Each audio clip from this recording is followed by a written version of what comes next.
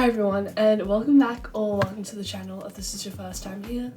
My name is Amy and I have an unhealthy obsession with Formula 1. Today is a little race preview ahead of this weekend's race at the Dutch Grand Prix to catch you up on all you need to know about Max Verstappen's home race. Let's start off with the basics. The track. The Dutch Grand Prix is held at the Zandvoort circuit amongst the sand dunes. It first took place there in 1952 and after a 35-year hiatus returned to the calendar last year. The vibes were immaculate. The track is known as one of the most old school on the calendar and is often described as insane and undulating as it flows with the sand dunes and features an 18-degree bank turn known as Tarzan's Corner. The lap record of the 4.259-kilometer circuit is a 1 minute 11.097 and was set by Sir Lewis Hamilton in 2021. In terms of tyres, the teams were running the C1, C2 and C3 Pirelli tyres, the hardest in the range. This is thanks to the high tyre wear experience around such a roller coaster of a circuit. It should be a nice hot weekend at this stage, however, there is a 60% chance of rain for Saturday and Sunday. On its return to the calendar last year, the hometown hero Max Verstappen won ahead of the Mercedes pair of Lewis Hamilton and Valtteri Bottas, causing absolute scenes and an orange cloud I am 99% sure you could see from space. This weekend you can probably expect to see some sort of red flag or safety car given the nature and layout of the track. Last year we saw 6 red flags in practice and qualifying alone, and a safety car during the race. This track is also expected to favour Ferrari over Red Bull, given the RB18's dominance in high-speed tracks such as Spa and Monza, and Ferrari's preference to the more high downforce tracks.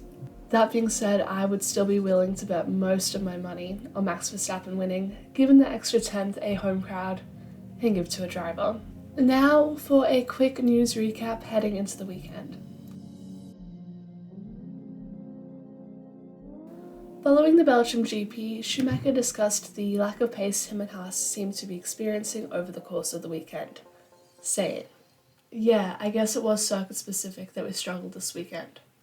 Hopefully with Zandvoort coming up, we should be in a better position where we then should be able to fight for the points again. And also in terms of upgrades, we should be a bit better in Zandvoort because it's more comparable to Budapest."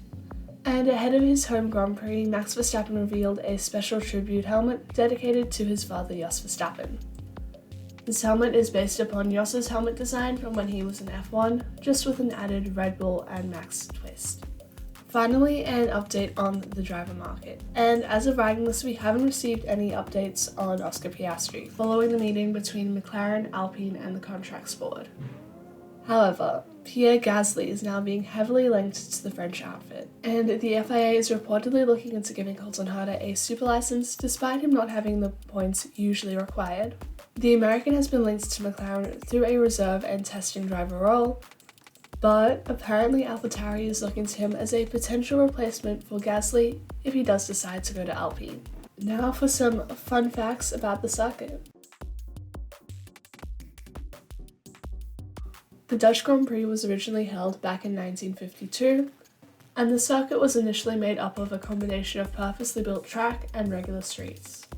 Of the 16 Dutch F1 drivers, Max Verstappen has been the only one to ever win his home Grand Prix. Another fun fact is that James Hunt took his first F1 win here, and Niki Lauda, his rival, took his last F1 race win at Zandvoort.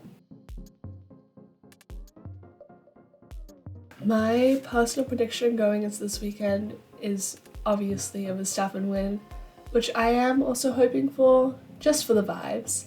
I do reckon it will be closer between him and Charles than it was last weekend. I am also predicting a surprise appearance on the podium. What I mean by this is a driver who hasn't yet been on the podium this season, which to be fair is most of them. Oh, and at least one safety car during the race.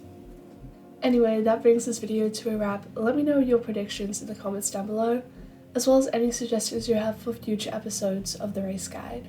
And if you like this video, then like the video and press that red button to subscribe for more motorsport and F1 related content. And I'll see you all in the next one. Laters.